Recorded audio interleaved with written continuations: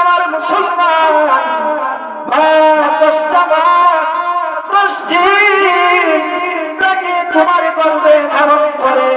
ও মুসলমান, জীবিত মানুষ হইয়া আরেকটা জীবিত মানুষ গর্ভে ধারণ করা, এটা দুনিয়ার কোন সাধারণ মানুষের কোন পক্ষে সম্ভব নয়। কোন পুরুষ পারবে না জীবিত মানুষ হইয়া জীবিত সন্তান গর্ভে ধারণ করা। আল্লাহ এই ক্ষমতা কোন পুরুষকে দেন নাই, বরং এই যোগ্যতা আল্লাহ তাআলা কেবল মাকেই দিয়েছে। ও মুসলমান, আমার বন্ধু, তুমি তো জানো না 10টা মাস মা গর্ভে ধারণ করার পর ওই জনম দুঃখিনী মা কত রাত ঘুমাই না, কত রাত মা জেগে জেগে থাকে। মা ঘুমাইছে রাত্রবেলা, তুমি পেটের মধ্যে লাথি মেরে দিয়েছো। ও মুসলমান, মা দুনিয়া অন্ধকার হয়ে গেছে, মা সহ্য করতে পারে না, ঘুম থেকে আবার উঠে বসে দাঁড়ায়। ও মুসলমান, এই মা বন্ধুকে বলি, ও কলিজার মা বোনেরা, চিন্তা করো না, এই সন্তান পেটে ধারণ করার পর সংসারের কাজগুলো তোমাকেই করতে হয়। নবী আমার বলেন, ওই সংসারের কাজ করতে গিয়ে যদি ওই মা ব্যথা পায়, কষ্ট পায়, আমার মায়ের নবী, রহমতের নবী, তিনি বলেন আল্লাহ রাব্বুল আলামিন ওই মা যদি পেটে সন্তান নিয়ে যদি সংসারের কাজ করতে গিয়ে যদি কষ্টদায়ক শব্দ বের হয়, সারা রাত্র নফল ইবাদত করলে যে সওয়াব হয়, আল্লাহ রাব্বুল আলামিন ওই ইবাদতের সওয়াব আল্লাহ রাব্বুল আলামিন মার আমলনামায় লিখে দিবেন। আল্লাহু আকবার। মা, এই জন্য আপনার জন্য চিন্তা নাই, সন্তান সেটে নিয়ে সংসারে কাজ করবেন, কষ্ট করবেন, সারা রাত নফল ইবাদত করলে যে সওয়াব, এই পরিমাণ সওয়াব আল্লাহ আপনার আমলনামায় লিখে দিবেন। আমার মুসলমান, 2 নম্বর কষ্ট হলো প্রসব বেদনা। মুসলমান, এই কষ্ট এমন কষ্ট, যেই কষ্টের কথা কোন পুরুষ বুঝবে না, কোন পুরুষ বুঝবে না। কেন আল্লাহ তাআলা পুরুষকে এই কষ্ট বুঝার মতো কোন ক্ষমতা দেন নাই, বরং এই ক্ষমতা যোগ্যতা আল্লাহ কেবল মাকে দিয়েছেন। কথা বলেন ঠিক কিনা? আমার মুসলমান, এই প্রসব বেদনা একবার খেলাপ বারবার উঠে আবার নামে, আবার উঠে আবার নামে। মুসলমান, মা কি জিনিস আপনাদেরকে বুঝাইতে চাই। অনেক মাসের সন্তান ডেলিভারি হয়, বাড়িতে হয় না, ডাক্তারখানায় হয়। কথা বলেন ঠিক কিনা? হয় না, হয় না কি বলেন? কথা বলেন ঠিক কিনা?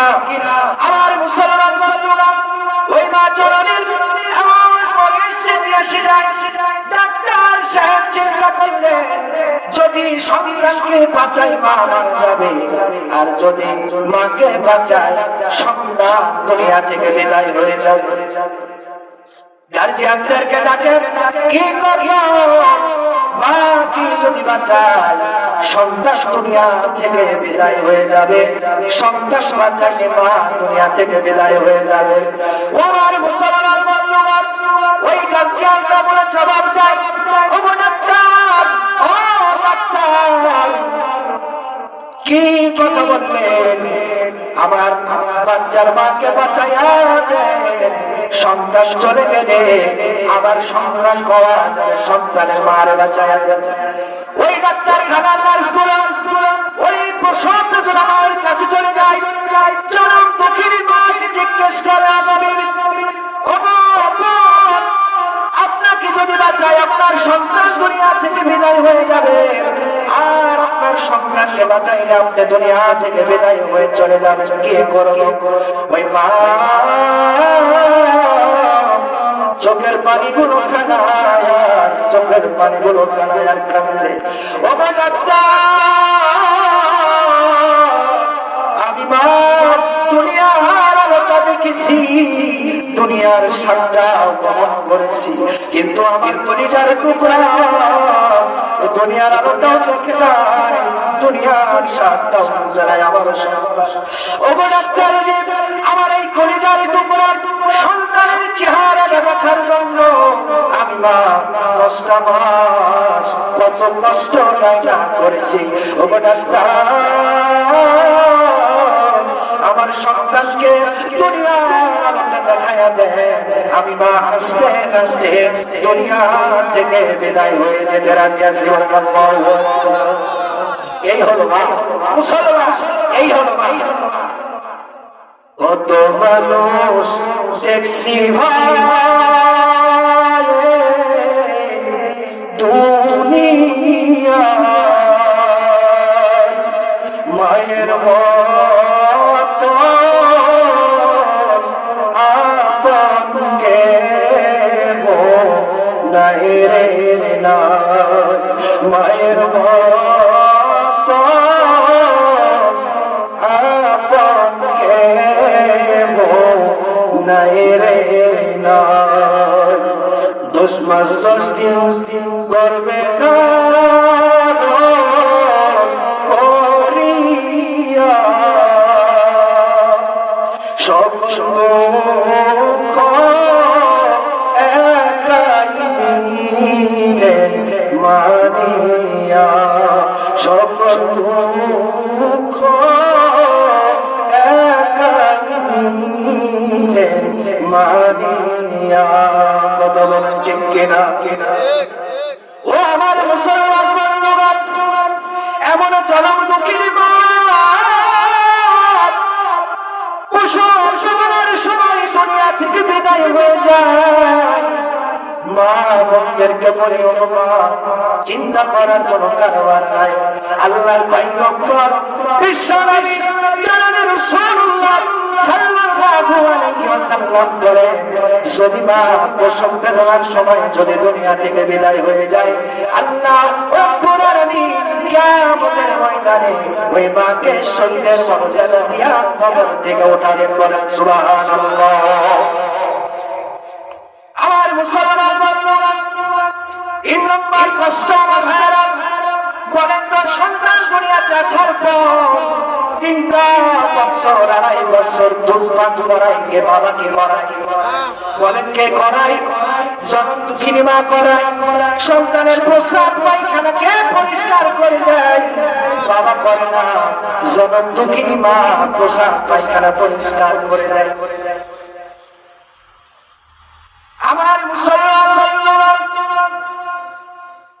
প্রসাদ পায়খানা করে যায়, মানুষ ঘৃণা করে, কেউ বলে নিতে চায় না, কিন্তু জনম দুঃখিনী মা